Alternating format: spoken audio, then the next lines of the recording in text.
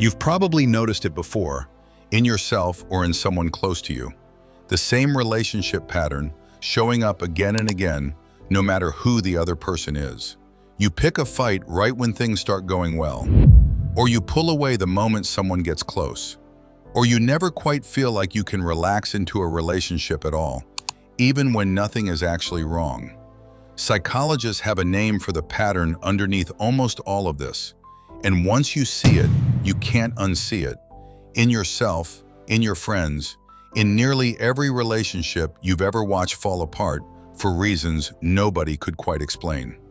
Today we're breaking down the 4 attachment styles, the wiring that decided, before you could even talk, how you'd handle closeness for the rest of your life.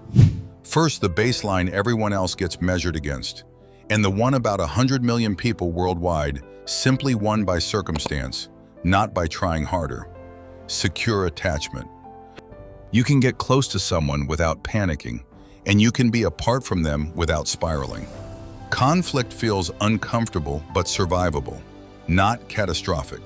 Trust comes relatively easily, and so does letting someone else depend on you back. This isn't a personality trait you were born with. It's built early, usually from a caregiver who was consistently responsive. Not perfect, just predictable enough that your nervous system learned closeness was safe. When you cried as an infant, someone came. Not every single time, but reliably enough that your baseline expectation of other people became trust instead of alarm. The advantage compounds over a lifetime. Securely attached people recover from breakups faster, communicate needs more directly, and are statistically more likely to stay in long relationships that actually work. It's not that they don't get hurt, it's that hurt doesn't collapse their entire internal model of whether people can be trusted. One bad relationship stays one bad relationship, not proof that everyone eventually leaves. Next, the style that gets caricatured the most in movies and understood the least in real life. Anxious attachment. You need frequent reassurance, and its absence doesn't feel like nothing. It feels like evidence something's wrong. A slow text reply can spiral into a full afternoon of quiet panic, replaying the last conversation for any sign you missed. You often know, rationally, that you're overreacting, and that knowledge changes almost nothing about how it feels in your body in the moment. This usually traces back to inconsistency, not neglect. A caregiver who was warm sometimes and unavailable other times, unpredictably, with no pattern the child could learn to anticipate. The nervous system adapts to that unpredictability by staying hyper alert to any sign of connection weakening, because historically, that alertness was the only thing that reliably got a response. It's not clinginess. It's a smoke detector calibrated during a period when the smoke actually mattered for survival.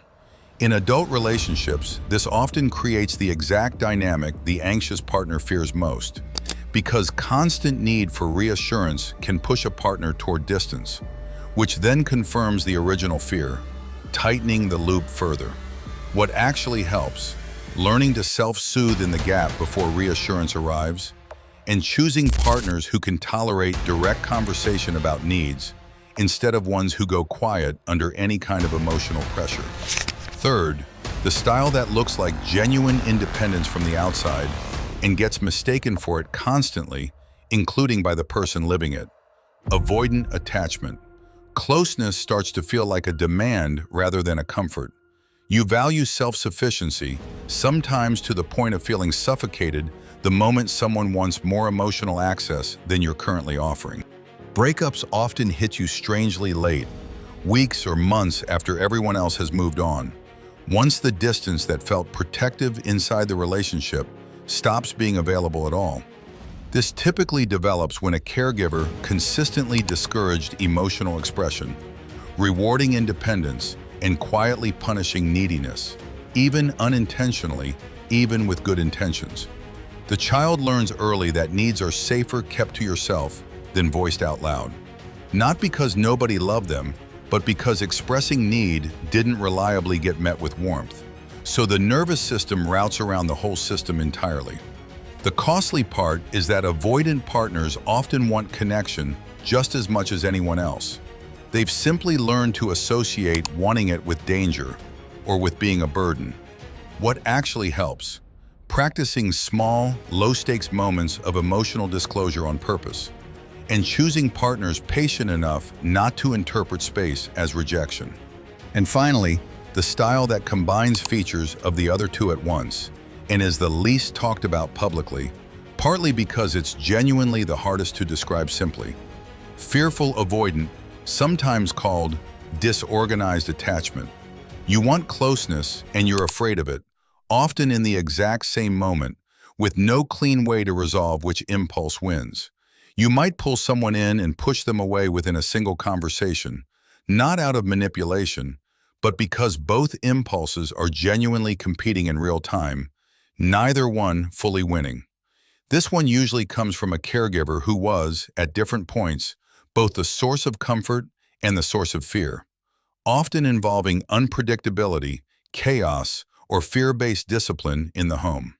The child's nervous system never resolves which is actually safer, closeness or distance, because both were, at different moments, associated with real danger. That unresolved conflict doesn't stay behind in childhood. It shows up in adult relationships as push-pull patterns that confuse everyone involved, including the person living them from the inside. This is the style that most consistently benefits from real therapeutic support rather than self-guided reading alone, specifically because the internal conflict is genuinely difficult to untangle by yourself.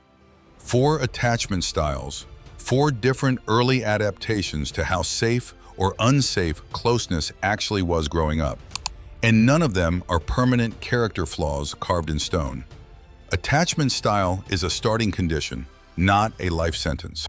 It's measurably possible to move towards secure attachment over time, usually through a combination of honest self-awareness and relationships, romantic or otherwise, that consistently prove the old prediction wrong, again and again, until the nervous system finally updates. Which one did you recognize? Tell us in the comments, and if you've actually shifted your attachment style over time, we genuinely love to hear how.